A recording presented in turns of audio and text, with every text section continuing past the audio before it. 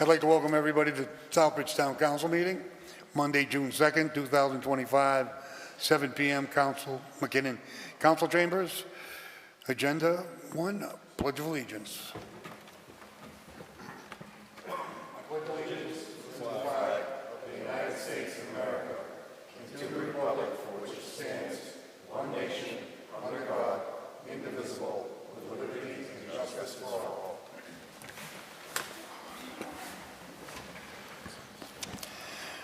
Moving on to agenda item number 2, roll call. Madam Secretary. Councilor Lazo. Present. Councilor Montigny. Present. Councilor Chenier. Present. Councilor Daniel. Present. Councilor Dow. Excuse. All right. Councilor Kelly. Present. Councilor Marchetti. Excused. Councilor Ortiz. Excused. And Councilor Rivas.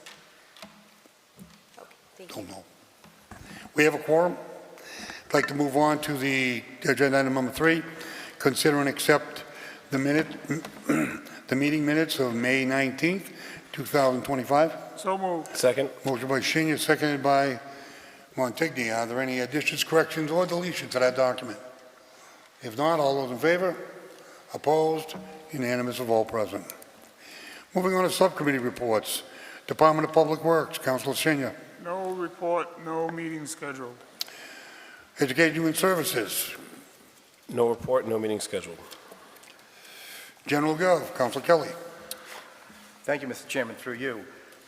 We had a meeting on May 28th. All members were present, and we discussed items 11, 20, and 32 through 35 on tonight's agenda. Okay, moving on to Planning and Development, Councilor Daniels.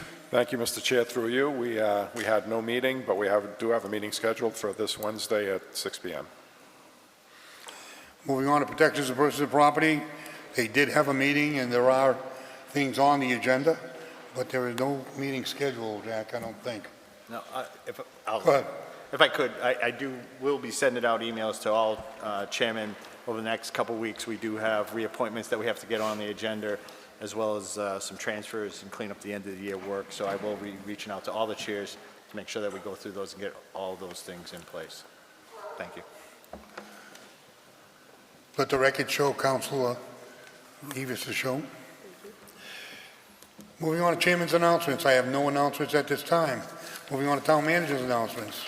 Thank you. Just a couple things. First, we will be holding a public hearing on the water, sewer, and curbside rates on June 26th at 5 p.m. here in the council chambers. That has been posted and will be going in the newspaper for 2 consecutive weeks for publication.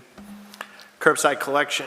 The curbside collection of lawn and leaf debris has concluded on the curbside, and the DPW facility is now open to collect those belongings with the same hours as last year. And finally, exciting that the groundbreaking for the fire station, our new fire station that has been in works for a couple decades, is going to be this Friday, June 13th at 1 p.m. at the location on 129 Worcester Street. And that's all I have right now. Thank you. Moving on to presentations. We have a presentation tonight. Animal Control Officer role in the community, ACO, Caitlin Jewell. This presentation, there's a lot of discussion on what ACO, what the job is. A lot of people have created different jobs for her in their imagination. I think we need to, for the information to the public, find out what we actually do under Caitlin Jewell. Caitlin?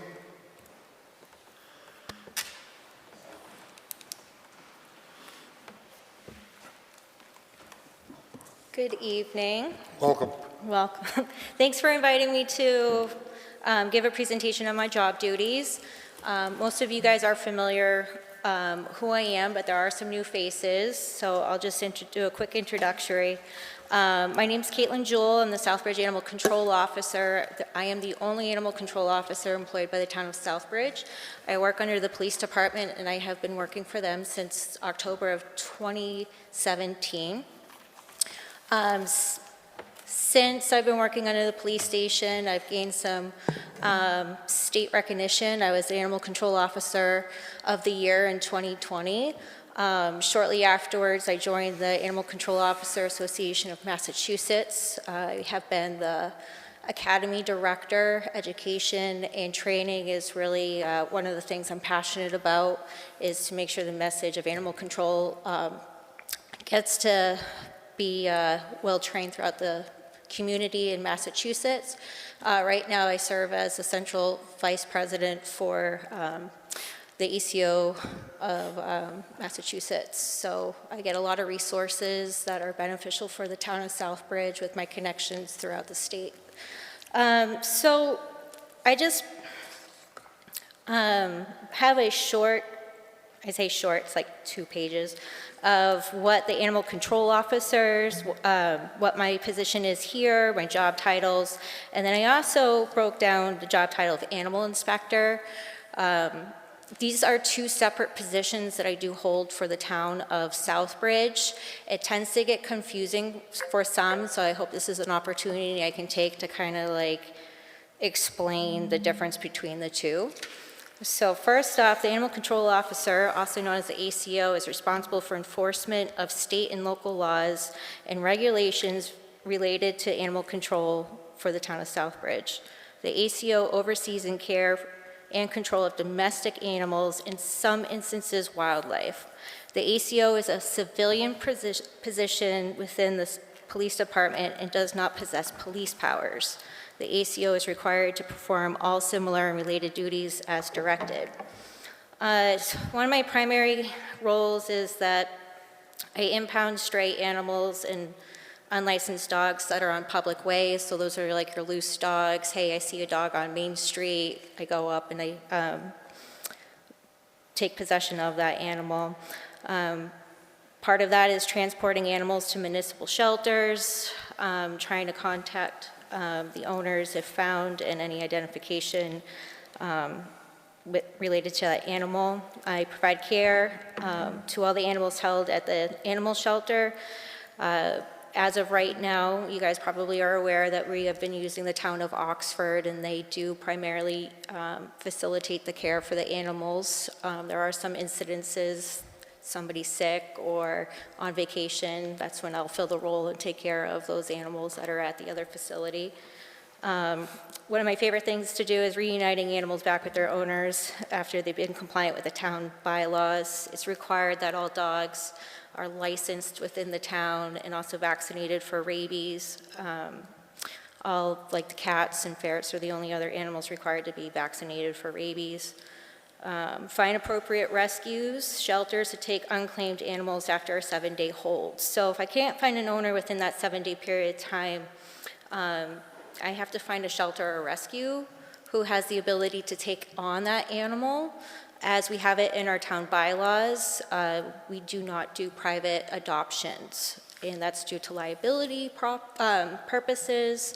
It also decreases the expenses and veterinary care that we would have to provide to get those animals prepared to go to a home. So that can be kind of challenging at times. I feel like a car salesman, like, hey, I got this dog right here. I'll throw in a free collar if you take it. Typical average stay for a dog in our care could be anywhere between 3 months and 6 months. So even though we have a 7-day hold period on dogs, it takes multiple months for me to find placement, and that's just, I'm looking for a spot that somebody has availability.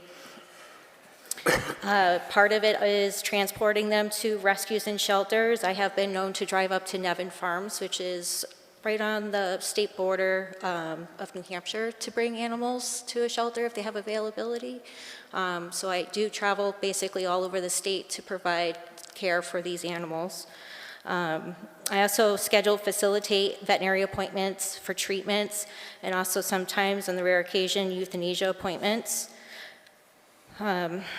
Be on call for animal emergencies or animal concerns from the police department and actually from other law enforcement agencies. They might be coming across these emergencies or animal concerns, so I'm available 24/7, 7 days a week, 365 for these departments only. So some of you guys might see that I'm driving around. That's part of my patrolling of the town. I do that once to twice a day on my regular schedule. I also investigate complaints from the public or other agencies regarding nuisance, stray, uncontrolled, dangerous, or public nuisance animals. Part of that is issuing 21D citations to owners or keepers found in violations of dog licenses, rabies control, public nuisance issues regarding dogs. So that's like our leash laws, barking, dogs in prohibited zones. Dog litter complaints, tethering and confinements of dogs, dogs confined inappropriately to motor vehicles. I also investigate dog bites and forward report findings to the animal inspector for quarantines. I testify in court regarding citations and dispositions of complaints. So that's if I'm issuing a citation for a barking dog, they want to contest that ticket with our hearing officer. Part of that process is that I'm involved in that process.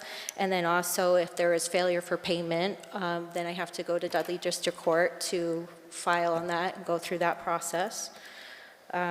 Report writing for investigations, investigate and assist law enforcement agencies with animal cruelty cases. And then on that part, testify in court regarding animal cruelty and neglect cases. Inspect, maintain paperwork, and issue kennel license applications for individuals who own more than 5 dogs.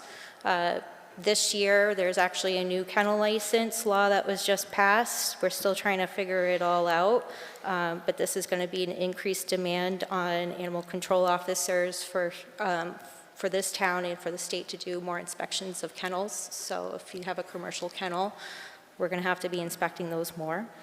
Record all animals the department has taken in. It's part of my duty to document every animal I touch, and I have to submit that paperwork and file and document it. Record all receipts and collections of fines. So if there is a boarding fee that's associated, I submit that to the appropriate parties. Transport and handle sick wildlife found on public way to veterinary clinics or rehabilitation clinics for treatment. That is if I have permission from state mass wildlife or environmental police. That's the only time I can handle wildlife. Investigate and provide a disposition to the town hearing authority regarding nuisance and dangerous dog complaints issued by town residents or by animal control officers. Those are the types of hearings that you guys get involved with deeming a dog a nuisance or a danger. And if you guys have been part of that, you know, it can be quite extensive, and a lot of work is involved in that. Attend and speak in town meetings regarding animal control needs. Educate the public on animal issues and resolutions. Distribute donated foods to owners in need. That's kind of like my little secret thing that I do. Maintain and research state laws related to animals and the town bylaws. Like I just said, there was just this new law that was passed. One of my things is like just being educated on anything that's getting passed, even like up and coming bills that are going to be presented to the state. One of those things is like to be educated on what's going to be coming to light. Cleaning, maintaining work equipment, cages, safety equipment, traps, and vehicles. Being able to know what types of cleaning materials that are needed that's going to be safe for human and for animals, and the proper disinfecting protocols associated with that. Working for the town clerk's departments in regards to dog licenses. Maintain and administer the department's social media, which is responsible for posting found animals in the department's care. Part of our responsibilities, I'm mandated to notify the public within 24 hours of any animals that are in my care to help reunite them back to their owners. It's covered that social media covers that little part. It used to be that we would have to post in the newspaper, but not too many people are actually getting the newspaper. Some people do, but most people are on social media now. Enter and maintain dispatch calls when the calls come into the animal control office. So I have but I have my own line from the police department, so I have to enter in the computer of who's calling, what they're calling about, if they're not calling the dispatch center. Provide monthly and mid-year reports to supervisors, maintain yearly animal control certifications through continuing education process. And then last but not only, any duties, responsibilities outlined under Mass General Law, Chapter 140, Section 136 through 147F, and or any additional made under this section. That is the animal control part. Like I said, I kept it small, not really. But then the other part is there's also the animal inspector part. And what I also just want to help educate is that the town of Southbridge, you guys are the ones that are like, we want, this person for our animal control officer. And then you guys submit it to the state saying, town of Southbridge has this person as our animal control officer. The animal inspector position, it's actually, you guys make a recommendation to the state, and then the state does like, yes, Southbridge, you have this person as the animal inspector. So it's kind of like an opposite type of appointment type of thing. And it's because the animal inspector acts as an agent for the Department of Agriculture, the animal division. So I just kind of wrote, the animal inspector plays a crucial role in ensuring the health and safety of domestic animals in Southbridge. This position is responsible for enforcing state statutes and town bylaws related to animal health. The animal inspector conducts barn inspections to ensure animals are properly housed, fed, in good health. They also give a general census to the state, like a head count of what animals are in the state in case of an emergency situation. Animal inspectors are also in control of rabies control is another key responsibility, including exposure risks, enforcing quarantines for animals that have bitten human or animals, and coordinating rabies testing. Additionally, the animal inspector monitors the arrival of out-of-state livestock, assists in disease outbreak investigations, and submit necessary reports to the Division of Animal Health. So the animal inspector investigates animal attacks. They issue the 10-day, 45-day, and 6-month rabies quarantine, which requires a physical check of that animal after that quarantine period. Issues any contagious disease quarantine advice by the Department of Agricultural Division of MDAR. Like right now, I just found out Central Massachusetts is having an outbreak in a certain cat disease. So that's going to be directed by MDAR to be on the lookout if we're noticing that. Control and monitor rabies in the animal population, transport specimens to appropriate locations for euthanasia, collection of rabies samples and packaging of rabies samples, report positive rabies specimens to the Board of Health, perform yearly barn farm inspections for the state, which is MDAR, provide records for all animal bites and attacks to appropriate entities, maintain appropriate training, continue education for MDAR. That's what I have for both job positions for duties and responsibility. So I'm pretty sure, like you were saying, that you guys had some questions, so I did go through, I know I'm supposed to have 5 minutes, but I went through that pretty quickly. I'm open for your guys' questions in regards to... Any questions by council? Councilor Shinyo? Thank you, Mr. Chair. Kate, and I appreciate what you do for the town with the animal control officer. Your services are very well needed. Just a couple questions. The animal control, your title is Animal Control Officer / Animal Inspection Officer. You handle domestic animals with a very little resources towards wild animals. Am I correct? Correct. So the role for, I'm just gonna keep it all together. For animal inspectors and animal control officers, our role for wildlife, it's very, very minimal. You need to be licensed through Mass Wildlife to be in order to handle wildlife. In the event that there's a public safety threat, like if there's an animal that's exhibiting disease that's a threat to public safety, that's when the role of the animal control officer and the animal inspector becomes part of it. If there's an injured animal, that's why how the state law is written, animal on public way, meaning like on the street, also on public property. So if there's an injured animal on the library lawn, I can enact on that. If I pick up any other instance, well, I should back up. Even when I do pick up the injured owl that got hit by a car on the side of the road, I still have to get permission from Mass Wildlife or environmental police to obtain that animal, because I'm not a licensed, and neither is none of the other, that's not part of the animal control position. So we need permission from the state to be taking care of wildlife issues. All right, if I may continue. You handled the domestic animals. Now, in Southbridge, we're getting kind of an influx of residents that bring in chickens on their property. And the complaints are going to come as we get more and more people with chickens. Is that something that you handle, or the complaint starts with you first? So generally, the phone calls do, or they will come to me because it is an animal, and when you see animal, oh, let me call animal control. In our bylaws, it's actually livestock and poultry, they fall under agricultural use.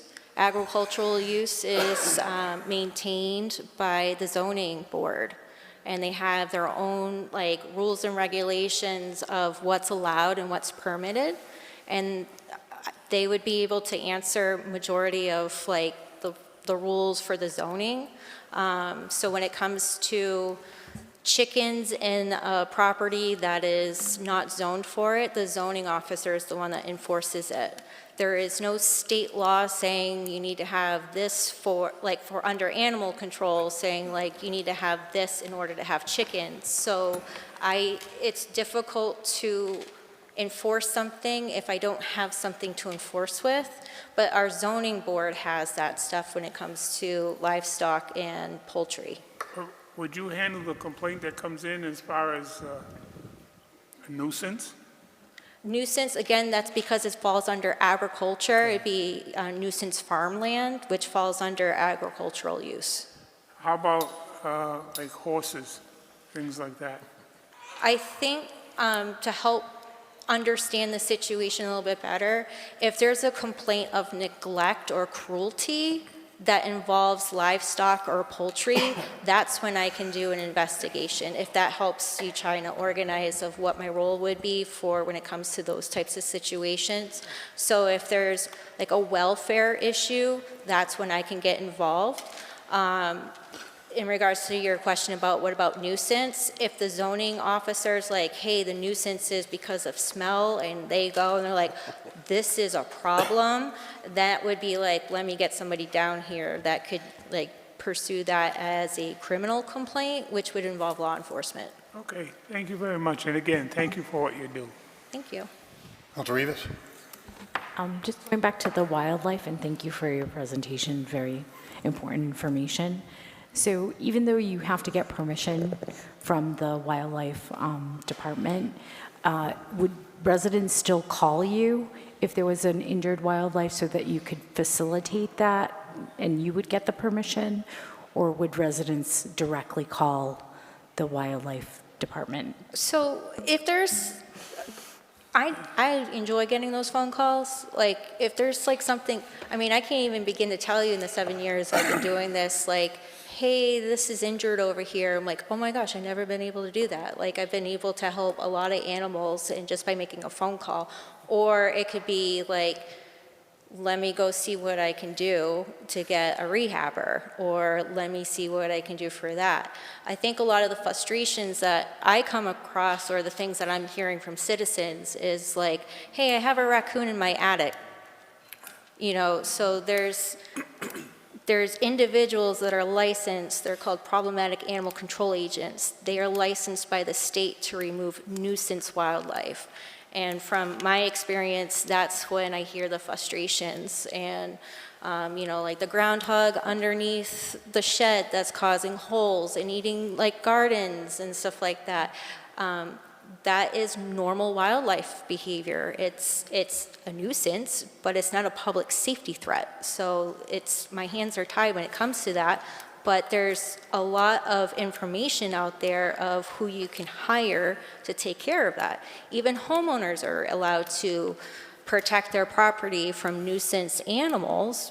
However, it's not pleasant, so I can understand why others would want to maybe have somebody else handle that, because you can't relocate wildlife. So your options is to dispatch the animal. You can't trap it and relocate it. That's how diseases get spread, and it causes more harm for that animal. So that's the options, or you can hire somebody to take care of that. So those are really limited options out there. So, Thank you. Council Kelly? Thank you, Mr. Chairman, through you. Thank you for coming tonight. The presentation was enlightening. So, an animal that would be causing a public safety threat, say a rabid fox, you'd be able to handle that, wouldn't you? Or would you have to call in a state authority for that? so it's a public safety issue at that time. So that would be something I would be involved in.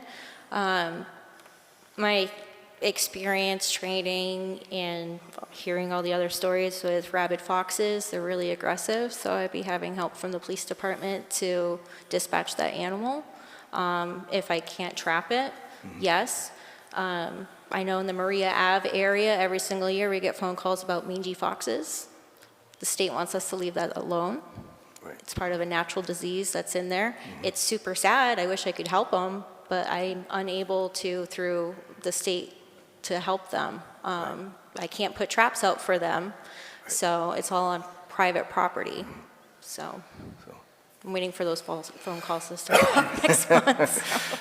Thank you. I just want to say, you probably don't remember this, but when I moved into my house back in the current house that I'm living in 2020, it was in the fall, and I had a fox that decided my pool was a nice place for him to sun himself. Yes, yep. And it was running around in circles, so it was acting weird, and then it Yes. got out of the fence. Yeah. So it was acting So- normal, and that's when I'm like, hey, I'm noticing You do something. remember, I okay. do, Yes. because it was going in and out of that. But it was walking around like it might have had a neurologic thing. Yes. So, yeah. and then in the event, like with yours, I don't know if you recall, I was just like, if I can't catch it with a net or a noose, I can't put a trap out. So if I'm able to catch it by hand, that's the only permission that I have. And thankfully at that time, it wasn't causing a public, it was acting strange, but it was healthy enough to evade me, so. But anyway, I do want to thank you for your responsiveness to that. I was very impressed at how quickly you responded, and the advice that you gave me. So thank you. Thanks. Any other questions? Council Daniels? Thank you, Mr. Chair, through you. I'd like to say thank you as well, but I'd like to comment on the fact that you've appeared in front of this council 2 or 3 times for nuisance hearings at least. You've always been very professional, very well prepared. You've done a lot of good in terms of helping us to make difficult decisions regarding dogs. Dogs are the catch-all for everything, really, in terms of council business. And I just want to thank you for the professionalism that you've shown. You've done a great job. And the fact that you won that award back in 2020 is a testament to the abilities that you have. So thank you. Thank you very much. Any other discussion at this time? If not, Caitlin, thank you very much. You forgot to tell everybody that you were a firefighter also. When the fire was on the side lot, that you jumped out of your truck with a fire extinguisher, put it out. That's under doing whatever it takes for the town of Southbridge, and I'd like to thank you, because my building was approximately 20 feet away. Thank you again, and thank you for the information tonight. Thank you so much, and always feel free to reach out if you guys have any questions or anything. It's, like I said, it's one of my passions, and that's why I do what I do. Okay? Thank you. Thank you. There are no other presentations. We'll move on to Citizens Forum, agenda item number 8. Are there any citizens that would like to come to the podium and address the council on any issues that are not on the agenda? There is nobody at this time. Moving on to 9. Vote to confirm the town manager's appointment of Justin Rael as a permanent full-time police officer for the town of Southbridge, effective immediately, based on the police chief's recommendation pending successful completion of all medical and physical testing as required by the Human Resources Civil Service and State Ethics So Training. moved. Second. Motion by Chinya, seconded by Montigny. There was favorable at This is- subcommittee? Unanimous by all present at subcommittee, yes. Chief? Good evening, Mr. Town Manager, members of the council, Mr. Chairman, thanks for having us. Mr. Ryle, who's here to my left, he's currently a full-time police officer with another agency in Massachusetts. He's post-certified. He's been a police officer for about 4 years. He worked for a similar-sized city in another state for a little bit, so he's very familiar with some of the interesting situations he'll be involved with here in Southbridge. He's got a master's degree. He only lives a few towns away. I highly recommend him, and just for a point of information, I don't think I mentioned it at the PPP. Mr. Ryle is the first hire that we're taking off of civil service called the hybrid list. He's not actually off the new hire list, off a test, statewide test. They now offer, they're kind of trying to modernize, it's called the Modernization Act of Civil Service. So you can't just, it doesn't have to be local residents, 1 year living here. It shrinks your pool, keeps a very small number of candidates. This expands it. If someone's already a fully trained and certified police officer, we can now hire them, so long as over a 5-year period, 50%, not to get too complicated, but 50% of the new hires over 5 years come off the civil service list, 50% come off of however we choose to hire them, as long as they're fully trained. It's a great move by civil service. It was years in the making. It took about 10 years to get it done. So he's the first, and I highly recommend him. Any questions, councilors? If not, all those in favor? Opposed? Unanimous of all present?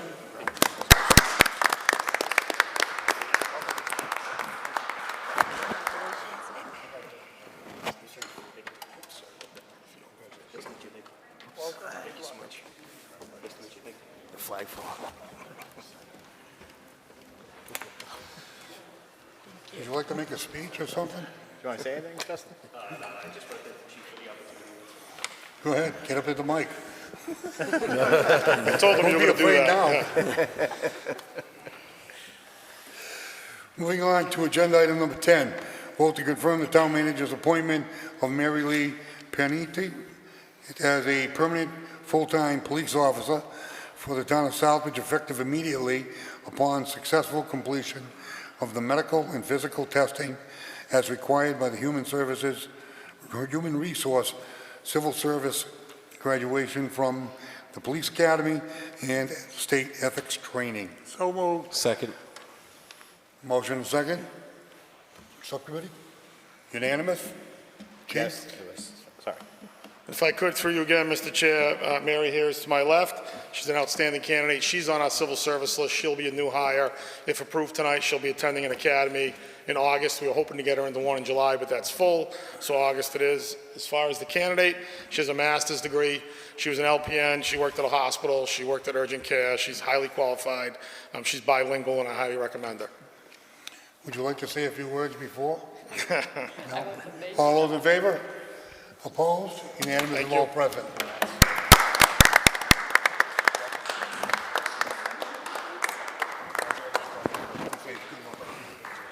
Welcome and good luck. Moving on to 11, vote to extend the appointment of Bill Tremblay as the town's first poet laureate until April of 2026 as requested by the library director. Do I have a motion? So moved. Do I have a second? Second. There's a motion and a second. Council Kelly. Thank you, Mr. Chairman. Through you, this matter was taken up at the general government meeting on 5/28 and unanimously recommended to town council. Any discussion on this? If not, all those in favor? Opposed? Unanimous of all present. Moving on to 12, vote to confirm the town manager's appointment of Richard Bebo of Southbridge, Mass. as a special traffic constable based on the police chief's recommendation for a 3-year term effective immediately through June 30th, 2028, state ethics in good standing. So moved. Motion by Shinya, seconded. Second. Town manager? I'll just state for the record, all the items on this agenda that were police department items were passed unanimously. So you don't have to ask all the time, just to clarify, but Sounds they have good. all been passed, so. Any further discussion on Bebo? If not, all those in favor? Opposed? Unanimous of all present. Vote to confirm the town manager's appointment of Matt Elix of Pasco, Rhode Island, as a special traffic constable based on the police chief's recommendation for a 3-year term effective immediately through June 30th, 2028. State ethics in good standing. So moved. Second. Is a motion and a second? Discussion? If none, all those in favor? Opposed? Unanimous of all present. Moving on to 14, vote to confirm the town manager's appointment of Jacob McDonald of the Southbridge, Mass. as a special traffic constable based on the police chief's recommendation and a 3-year term effective immediately through June 30th, 2028. State ethics in good standing. So moved. Second. There's a motion and a second. Discussion? All those in favor? Opposed? Unanimous of all present. Moving on to 15, vote to confirm the town manager's appointment for Kevin Pagot of Charlton, Mass. as a special traffic constable based on the police chief's recommendation for a 3-year term effective immediately through June 30th, 2028. State ethics in good standing. So moved. Second. Motion and second. Discussion? Not. All those in favor? Opposed? Unanimous of all present. Moving on to 16, vote to confirm the town manager's appointment of Jacob Webb of Stafford Springs, Connecticut as a special traffic constable based on the police chief's recommendation for a 3-year term effective immediately through June 30th, 2028. State ethics in good standing. So moved. Second. Motion by Shinya, seconded by Montigny. Discussion? If none, all those in favor? Opposed? Unanimous of all present. Chief, I don't know why we need so many traffic constables.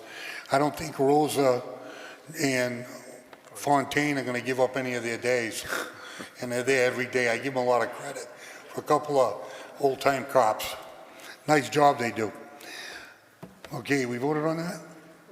Moving on to 17, vote to approve the IMA payment to the town of Charlton for FY24 of $140,403.82 for water from, excuse me, account 610-450-5643, excuse me, 9300. My new glasses are coming in. Town of Charlton MIA payment as required by the MIA between Southbridge and Charlton for water supply. So moved. The motion, second? Second. Motion and second, discussion? Thank you, Mr. Chairman. So as you're aware, we do have an intermunicipal agreement between the town of Southbridge and the town of Charlton. The way that is configured is annually we have to take the total revenue that goes into Charlton from the water pump station into Charlton, and then compute how much the retainage would be. In order to do that, we take the amount of money that was Charlton total, less the Millennium Power, which gives a total system to Charlton of $713,557, and then it's computed by the percentage. The current percentage that is Charlton less Millennium is 14.56, so it's a simple formula that we plug in. That IMA is for minor repairs to the infrastructure and their retained earnings, so it's part of retained earnings. The total retained earnings for the Southbridge water system, which is approximately $1+ million that I provided to the town council last week. So that is the portion that would be due to the town of Charlton. Councilor Shinnick? To you, Mr. Chair. I don't understand the IMA, to be honest with you. We're sending our water to Charlton, and they're profiting off our water. And I understand that it's an agreement that was done some time ago. Does this agreement ever end? I believe it was a 20-year, so we'd have to revisit. I know Charlton is looking to do some additional work in their system. So they may request us to reopen this. What this is, and I wasn't on council when this was negotiated. I don't think any of us were. The infrastructure from the pump station into the town of Charlton is owned by Charlton, not by the town of Southbridge. So the IMA agreement is that any repairs that have to be done on the system, we do not take it out of any retained earnings that we have. That portion is why we give them the retained earnings. So they're responsible for any repairs out of their retained earnings that they keep through If I the may IMA. continue, doesn't our Southbridge water supply people do the repairs out there? They do the repairs, but So, this would be charged to them through the IMA. so if we go there and we spend $60,000 in a repair of our people that do it, we get reimbursed for that? I'll verify that, exactly how that works. Because if they own the supply, the lines, I don't know how we end up with that, but if they own the lines, we're giving them water, we're giving them a payment for that water to go in there, they should be paying for our people to go there and do the repair. They are. They are. through But the they might, Whitewaters is our manager. I don't know if that is done by Whitewaters Company or our supplier. They may bill them. I'll verify that Oh, information. if you could, Just I've always said, you should know the history on this one. I was on the water committee. I handed the check over to Whitewater when we bought it. It's an amazing concept what happened here. This is what happens when you have a bad council and bad deal. We own the franchise for Charlton. We owned all the lines in Charlton. We own the water company, and this is the deal we ended up with. If somebody can, and there was some things that went on with a former town manager that started here and finished the deal there. But knowing the history and being a guy that was on the council when we bought the water company, this is not a good deal for Southbridge. But since we're stuck with it, but again, when you open a water deal, all the things are on the table. But why we gave them our lines and why we paid them, I still could never understand that. But that's what happened. And you can thank the council of that era for doing that. so one question more, what if we said no? No, we have a contract. That's a No, contract. We we're cannot say locked. no. We're locked into We're that. locked in for 20 years. So I just wanted to throw that out there, and it aggravated me when I got on the council. I found out we were paying them when we owned everything. But thank you. somebody gave it away. All right, moving, any other questions? Council? Just a quick question. What year was that agreement or contract signed? Got to be about 8 years ago, 9 years ago. It was, Kevin Pecos was here temporarily. Thank you. No further discussion, all those in favor? I think Council. Oh, I'm sorry, Council Kelly? I was wondering if we could tariff the water. Let's think about that. All those in favor? Opposed, unanimous of all present. Moving on to 18, vote to transfer $140,403.282 from the water retains earnings account to 61045-056-9300, Town of Charlton, IMA payment to pay the FY24 IMA fee and allow the town manager to sign all related documents. So moved. Second. Motion is second, discussion. No discussion, all those in favor? Opposed, unanimous of all present. Moving on to 19, vote to appropriate $934,715.18 from water retained earnings to the Water Stabilization Fund, number 0845. So moved. Second, Motion is second, discussion. Just an explanation of why we do this. So the water retained earnings, typically, if you didn't allocate any money, it could stay in the water retained earnings and roll over to next year and build up that water retained earnings. We had established, well, the council, the one thing they did do was establish a special purpose stabilization fund. So that is the remaining money for water retained goes into our specific water stabilization fund, and then we can allocate out of that. If we had kept it in water retained earnings and recertify it next year, Charlton would get a second bite at the apple for that higher retained earnings. So that's why this is our portion. We transfer it to a stabilization fund to see fit on how we want to spend it locally. Council? What will be the total in the stabilization fund after we transfer? I did have that number. Currently, I don't know what I did with my notepad here. I believe I gave that information last week, but it's approximately, with this, it would be about 2.6 million in water stabilization after we do this transfer. However, as I explained last week, the TIP project is going out to bid this month. Once we get that, we are responsible to pay a portion of the water lines from Main Street to the TIP project on Foster, and that estimate right now is $1 million, so we would allocate out of that rather than borrow money and pass it on to the ratepayers. Thank you. Any further discussion? If not, all those in favor? Opposed? Unanimous of all present. Moving on to 20, vote to enter into a facility use agreement with the YMCA of Central Mass for the use of the Petro Pool on 4 Tuesdays from 9 a.m. to 12 p.m.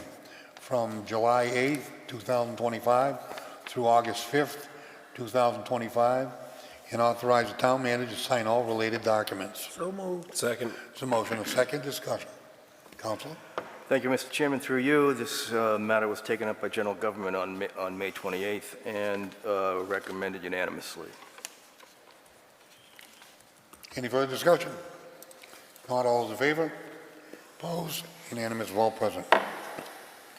Moving on to 21, vote to approve the police department transfer request of $500 from account 001-210-511-000, salaries and wages, to account 001210-558200, prisoner maintenance. So moved. Second. Motion is second. Discussion? Recommendation, again, was unanimous at subcommittee. All in favor? Opposed? Unanimous of all present. Moving on to 22.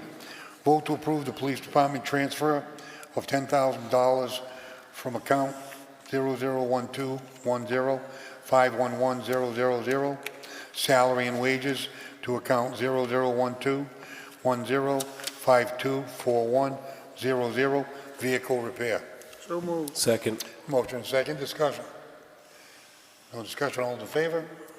Opposed? Unanimous of all present. Moving on to 23, vote to approve police department transfer request of $150 from account 001210511000, salary and wages, to account 001210571000, mileage. So moved. Second. Motion is second.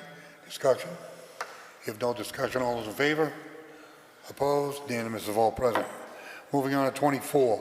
Vote to approve the police department transfer request of $3,900 from the account 001210511000, salary and wages, to account 001210524300, repair, maintenance, building and grounds. So moved. Second. There's a motion, a second, discussion. No discussion, all in favor? Opposed? Unanimous, all present. Moving on to 25, vote to approve the fire department transfer request for $35,000 from account 001220511000, salary and wages, to account 001220513000, overtime. So moved. Second. Motion is second, discussion. Mr. Chairman, all the fire department transfers were passed unanimously at subcommittee. Any further discussion? If not, all those in favor? Opposed? Unanimous of all present. Moving on to 26, vote to approve the fire department transfer request of $5,000 from account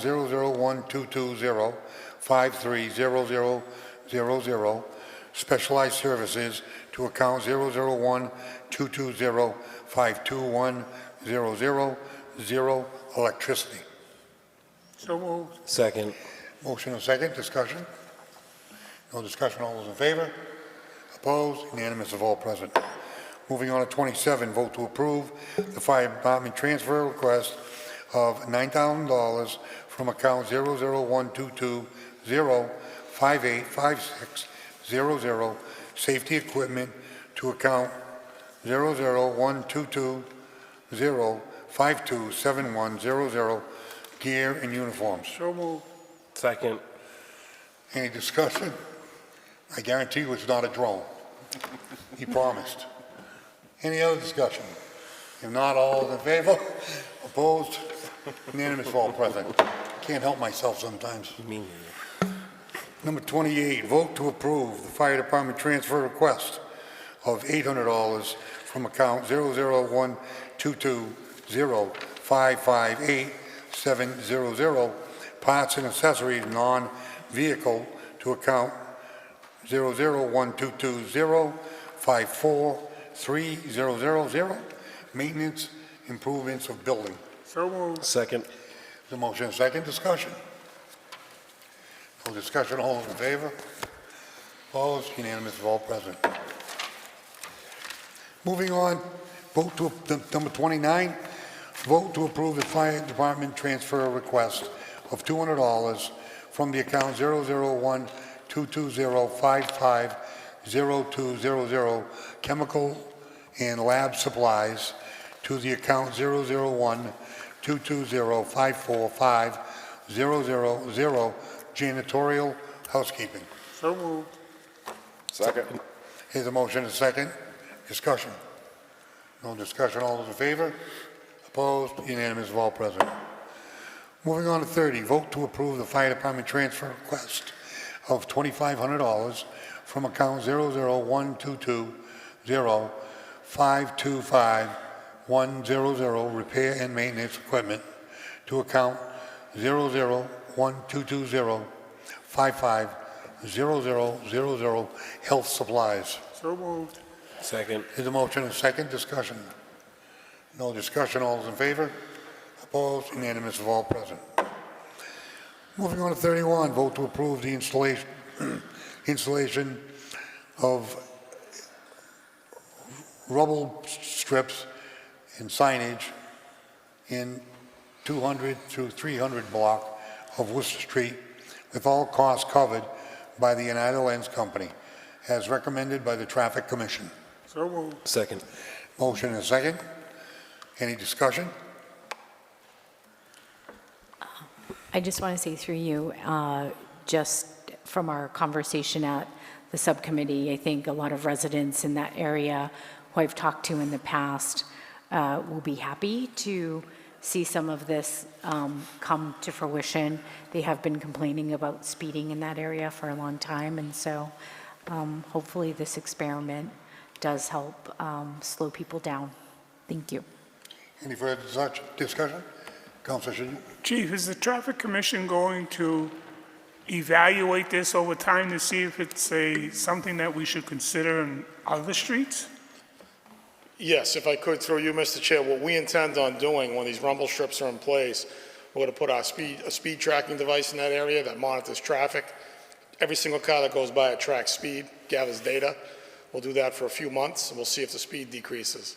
I have to tell you, just by my own experience with these, it's going to force you to slow down. You have no other option. You're going to be bounced around your car. It's not going to be a comfortable feeling. It's going to be a sound you're going to hear. It's going to be a vibration. I think they're going to work great down there. But yes, to answer your question, short version, yes, we will reevaluate based on the numbers. A useful tool. When I lived in Florida, a lot of the roads had them at the stop signs you came to for about 10 feet. Then I traveled to Amherst often, and they have speed humps plus the rumble strips throughout the town. My understanding, the rumble strips work better than the speed humps. So I think this is a good thing that's going to happen, and I'm going to support it tonight. Any further discussion? Councilor Daniels and Councilor Montague. Thank you very much, Mr. Chair. Through you, I'd like to thank United Lens for being a great neighbor. They continue to come up and hit the ball out of the park over a lot of different, for lack of a better term, events. It seems like everything that's going on, they're attuned to, and if they can help out, they volunteer to help out. So I'd just like to thank them. Council Montague? Thank you. Sorry if you already mentioned this, but you, did you say it was like 60, 70 miles per hour sometimes that people are going in this area, like when they get caught? I've said that at the subcommittee meeting, Yeah. yes. We have had a police officer there before who clocked someone at 70 in the middle of the day. Yeah, So so it's just, someone's going to get hurt, Yep. or even worse, so we're trying to avoid that. got to do it. Thank you, Chief. Any further discussion? If not, all those in favor? Opposed? Unanimous of all present. Moving on to 32, vote to authorize the payment of prior fiscal year bills for Amazon in the amount of $188.37 to be paid from account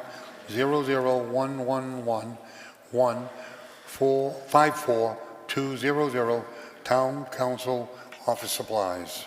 So moved. Second. There's a motion and a second, can take a two-thirds vote. Mr. Chair, Any discussion? do we have enough of people here for two-thirds? As long as everybody votes in the affirmative, yes. 5 is two-thirds of 9. Councilor Kelly. Thank you, Mr. Chairman. Through you, this was, this item, number 32, as well as through 35, are all considered at general government and unanimously approved. We don't have a quorum. 6 is. You have a quorum, you just have to have 6. No, I don't. Jasmine can. Yeah, we have 6. Yeah. What are you talking about? We're okay. I'm sorry. One more time, we were arguing over what two-thirds was.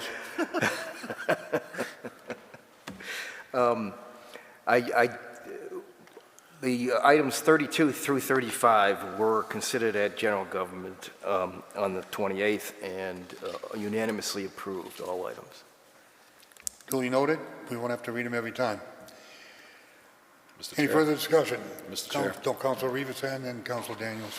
Just a quick question, since I wasn't at this meeting, I apologize. Just, is this something that, a bill that hadn't been paid, or just kind of a, They have not been Background on paid it? since 2021. We had reviewed Amazon, there was some outstanding balances. We did a review of all Amazon's accounts. We have changed the way we do Amazon. These were outstanding and found and needed to be paid, so it's worked through Christine's office, the town accountant, and our office. do we know why? Just kind of oversight? I have or no idea. just- They go back to 2021. I wasn't here, so I Part can't of the answer why. turnaround plan, the finance department. Yeah. Thank you. Councilor Daniels. Thank you, Mr. Chair, through you. It's my understanding that according to Robert's Rules, Chapter 44, Section 7, that it's two-thirds of those present. So we're way okay. Yeah. I think we were thinking at 5 because we started the meeting with 5, so somebody thought it was 5. It's 6. We got 6, we're good. Yep. Any further discussion? If not, roll call. Councilor Chenier? Yes. Councilor Daniel? Yes. Councilor Kelly? Yes. Councilor Lazo? Yes. Councilor Montigny? Yes. And Councilor Rivas. Yes.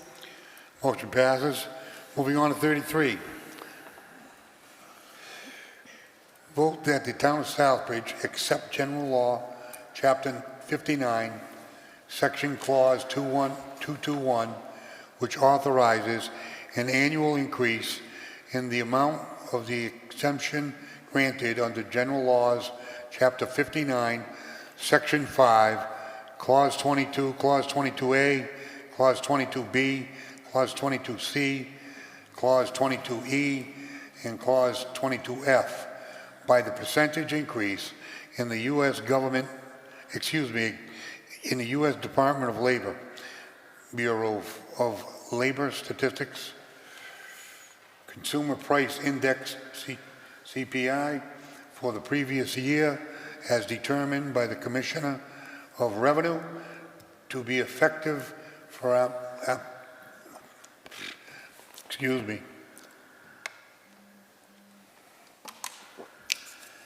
Oh, where did I leave off? Here we go. Applicable exemptions. Applicable exemption granted for any fiscal year beginning on or after July 1st, 2025. So moved. Second. Is a motion and a second? Discussion?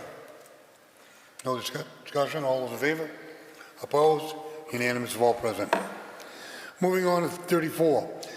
Vote that the town of Southbridge accepts general laws, chapter 59, section 5, clause 221, which authorizes an annual increase in the amount of the exemption granted under the general laws, chapter 59, section 5, clause 22, clause 22A, 22B, 22C, 22F, and clause 22F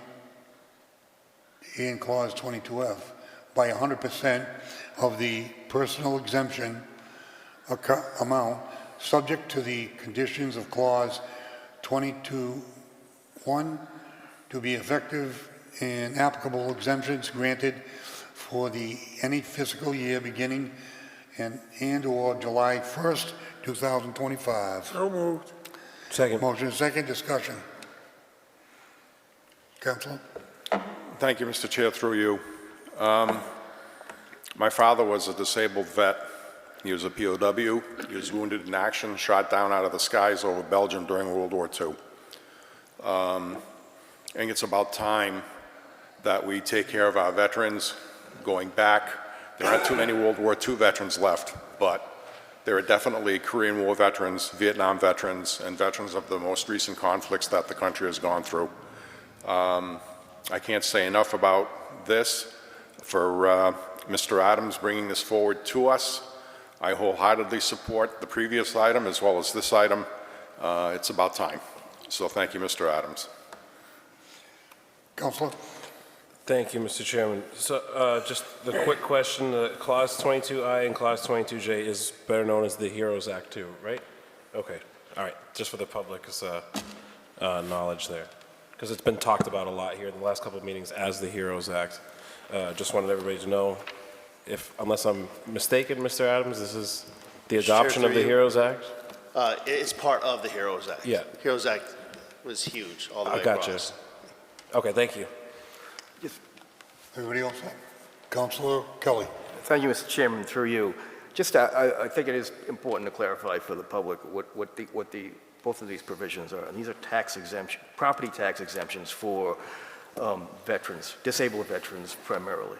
I'm wholeheartedly in support of this as a veteran myself, and knowing people who have been injured in more recent conflicts. This is, I think, a no-brainer for us. It's not a lot of money. It's a drop in the bucket, really, as to when you consider our overall property revenue. So I'm wholeheartedly in support of this. I ask you all to support it. Thank you. Any further discussion? I would just like to thank Dave Adams and the Veterans Council. I know that it was one of your top things that you wanted to get done, and I think that this proves that, the council and this town is behind their veterans, and we're proud to have you as a representative from the Veterans Council, and moving forward, you've always been on the point of every veterans issue. And I thank you and Keith and Memorial Day, and it just keeps growing, and it's a tribute to you and your support staff at the Veterans Council, and thank you very much. Any further discussion? If none, all those in favor? Opposed? Unanimous of all present. Mr. Chair, I just want to thank the town council for supporting this unanimously. We appreciate it on behalf of the whole Veterans Council. And also, just to clarify too, it's just not the veterans. It would be also their spouses, surviving spouses as well, that would receive this. Thank you very much. Appreciate it. Any further discussion? If not, all those in favor? Opposed? Unanimous of all present. Moving on to 35. Vote the designation of the following positions within the Recreation Department as special municipal employees pursuant to Massachusetts General Law, Chapter 268A, Section 1N, all part-time seasonal summer staff positions, including but not limited to summer recreation program staff, and the part-time summer recreation program director's position. These positions are part-time and/or serve on the seasonal and limited basis, and such designation will allow the flexibility in service while maintaining compliance with the Commonwealth's conflict of interest law. So moved. Second. Motion and second, discussion. No discussion, all those in favor? Opposed? Unanimous of all present. Moving on, 36, vote to declare the mobile decontamination unit trailer from the fire department as surplus equipment and allow the town manager to dispose of the item per the town's policy and procurement on the disposition of the surplus equipment. So moved. Second. Is the motion second, discussion? This was passed unanimously at subcommittee. Now this is going to go to surplus auction? Yeah, it will go through this surplus process, yes. Okay. Any further discussion? All those in favor? Opposed? Unanimous of all present. Moving on to number 37, review amending the Southbridge zoning bylaws. Vice Chairman? Thank you very much.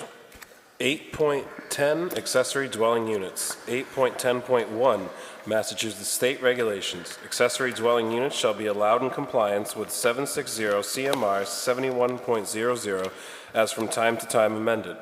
8.10.2 Use schedule. As per MGL Chapter 40A, Section 1A, an accessory dwelling unit ADU is defined as a self-contained housing unit, inclusive of sleeping, cooking, and sanitary facilities on the same lot as a principal dwelling, subject to otherwise applicable dimensional and parking requirements that, 1, maintains a separate entrance either directly from the outside or through an entry hall or corridor shared with the principal dwelling sufficient to meet the requirements of the state building code for safe egress.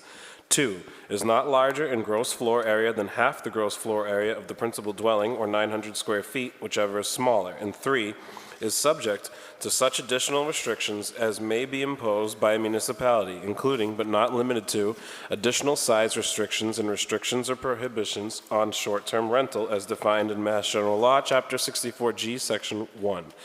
ADUs are allowed as a matter of right in any zoning district where single-family residential dwellings are permitted as an allowable use, including any zoning district where single-family residential dwellings are allowed as of right or by special permit subject to requirements of this section. Only one ADU is allowed as a matter of right on any property. Additional ADUs may only be allowed with the issuance of a special permit by the planning board, pursuant to Section 2.5 of this zoning bylaw. ADUs may not be used as short-term rentals, as such term is defined in General Law, Chapter 64G, Section 1, or otherwise rented for a period shorter than 31 days unless approved by special permit. 8.10.3. Dimensional requirements. An ADU may no longer be in gross floor area than 1/2 of the gross floor area of the principal dwelling unit on the property, or 900 square feet, whichever is less. ADUs shall comply with any and all lot area, frontage, setback, height, and lot coverage requirements as may be applicable to single-family homes or accessory structures as contained in Table 2 in Section 5.1 of this zoning bylaw. The requirements for a given ADU shall comply with whichever are more generous in a given district, single-family homes or accessory structure standards. 8.10.4, parking. One off-street parking space must be provided for all ADUs not located within 1/2 of a mile of a transit station. Parking may be in a driveway or garage. 8.10.5, site plan approval. All ADU applicants are required to provide a site plan to the building department. Pursuant to the procedures in Section 2.6 of this zoning bylaw, the building department may recommend an application to planning board for site plan review. Planning board's site plan review criteria shall be limited to the following. 1, recommendations that the ADU minimize tree, vegetation, soil removal, and grade changes. 2, Recommendations that the architectural style be compatible with the existing principal dwelling on the subject property. 3, the ADU shall be serviced with adequate water supply and sewer or septic service. 4, the plan shall demonstrate adequate parking as required hereunder. The planning board may request reasonable plan modifications of the site plan for an ADU and may impose reasonable conditions that are not inconsistent with this bylaw or the provisions of General Law, Chapter 40A, Section 3. 8.10.6, relationship to nonconformities. If an ADU is proposed for a pre-existing nonconforming primary residence, the requirements of Section 6 of this zoning bylaw shall apply, provided that no special permit may impose conditions on an ADU in this case. And that is the second reading, June 2nd, 2025. Second reading has been completed. Thank you, Mr. Vice Chairman. Moving on to agenda item number 38, Council's Forum. Councilor Daniels? I have nothing tonight, thank you. Councilor Senior? Yes, Mr. Chair, thank you. I just want to thank you, the chairman, and Councilor John Daniels for trying to assist the people at Lebanon Hill Housing with the state rep, John Massey. We had a meeting on Friday with the owners of the development, and we're waiting to see where we're going to stand with this. In this particular time, I'm not optimistic that it's going to be a huge success, but we did agree to keep the doors of communication open, and hopefully we can move forward with the help that these people need. Again, thank you, Mr. Chair and John. I thank you very much for the comment, but Councilor Shingy, if it wasn't for you, it would have never came to the forefront. You live in the project. I'd just like to inform the people that we are making efforts, and we're trying to come up with some creative ideas. But Thursday, we're meeting with Gustafson, the Secretary of Housing, and thanks to State Representative Massey, and we're going to be meeting with them to try and hammer it out. It's a sad day in Massachusetts when the funding source for elderly doesn't seem to be there. But the funding source for migrants seems to be in the millions. I can remember back when they built the high-rise, built Trestle Park, built TAG, strictly for elderly housing. I thought it was a great concept. It worked great. And then the regulations changed where anybody can get into the elderly housing if they have a disability and they have other criteria. They opened it up to basically just anybody with a voucher. So moving forward, we're still not dead in the water, so to speak, but we're going to be meeting on Thursday. I just want you to know we're going to keep pushing forward on it. And thank you for bringing it forward. Councilor Rivas? Thank you. Through you, I want to first send my condolences and my heartfelt, my heart goes out to the family of Aria Lebo, middle school student who passed recently in a tragic accident. And I'm hoping that the family gets information and gets closure.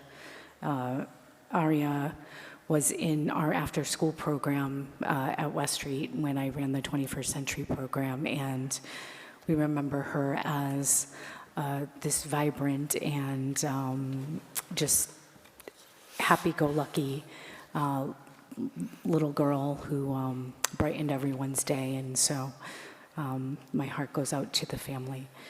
I wanted to also mention that as part of the town manager's substance abuse task force, I attended the opioid abatement conference on Tuesday, and we are working to bring all of that information to our respective task force and to the subcommittees on different ideas that other communities and also the commission or the group that runs the state part of it that give us examples on how to implement programming and how to utilize that money most effectively to help people in our own community. And so I look forward to working with the rest of this task force to bring those programs and those different ideas to make sure our funding is spent wisely and that it helps the most people in our community.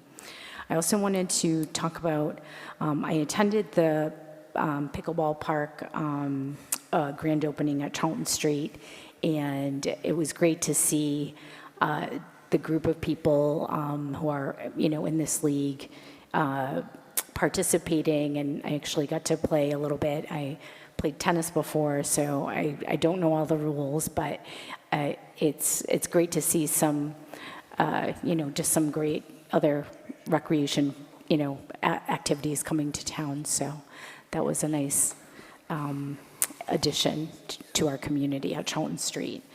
I also wanted to offer my help to the other counselors and the chair on the housing issue. That's something I've been working on for a while. And so, there are many different groups and coalitions that I am part of in the community. So I'm here if you need help, and or if you need more information, I'm happy to share that information with you.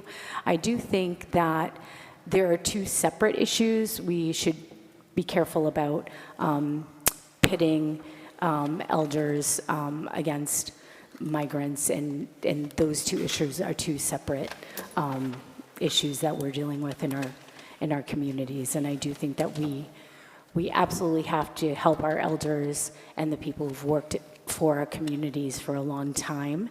And we all need to work together to do that, but we don't want to conflate those two different issues. I also want to promote some of the amazing programming of Jacob Edwards Library this month, whether it's Pride in Southbridge. They have a meet and greet with Pride artists on Thursday, June 5th from 6:30 to 7:30. They also have a program for Juneteenth with Crocodile River Band on, let me find the date, on Thursday, June 12th from 6:30 to 7:30. And they also have this theater programming that Margaret was really excited about, called the Bright Star Theater, coming in July, that will present The Wizard of Oz and Alice in Wonderland, programming for our youth. And so, yeah, I just wanted to mention some of that program. Thank you.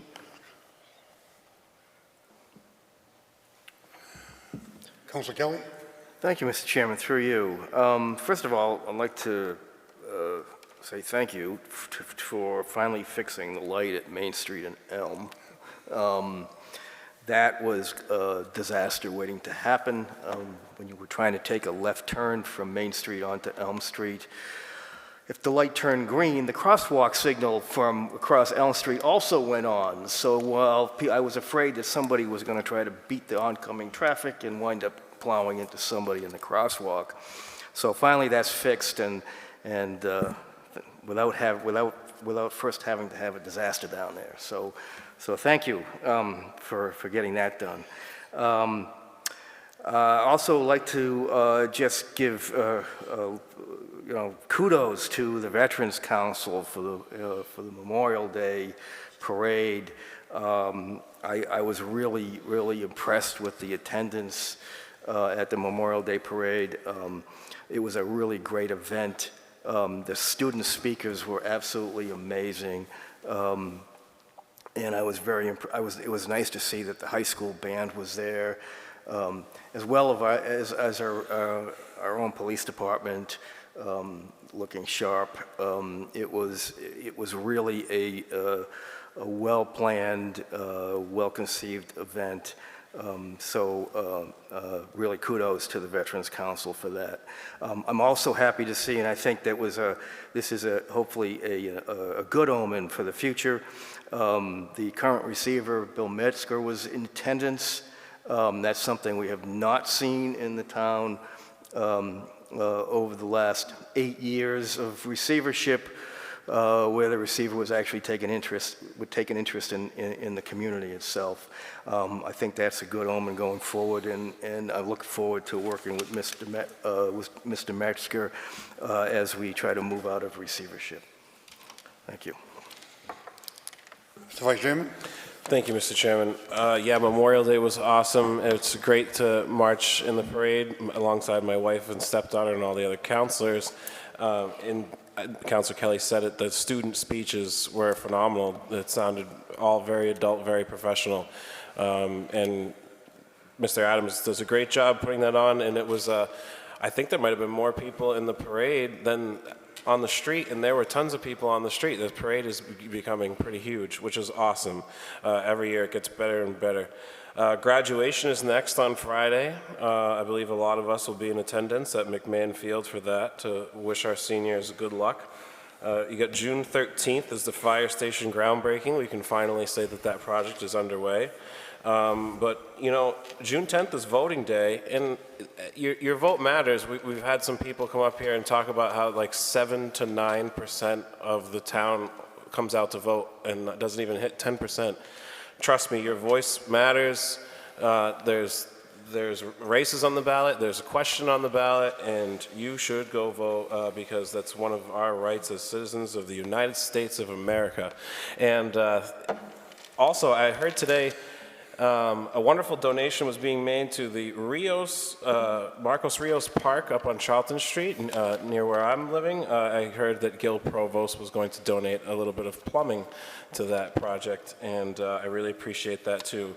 Other than that, I'm glad we got the budget passed, and we have a couple more meetings left to wrap up the year and start the next session, and I hope everybody has a great graduation with all the parties coming up, and stay safe and enjoy the start of summer. Moving on to agenda item 39, discussion next meeting date. Mr. Vice Chair? We have Council of the Whole Thursday, June 5th, 2025 at 6 p.m. and a Town Council meeting Monday, June 16th, 2025 at 7 p.m. Thank you. Moving on to 40, agenda item number 40, adjournment. So moved. Second. Motion by Shania, seconded by Montigny. All those in favor? Opposed? Unanimous of all present. Motion is adjourned.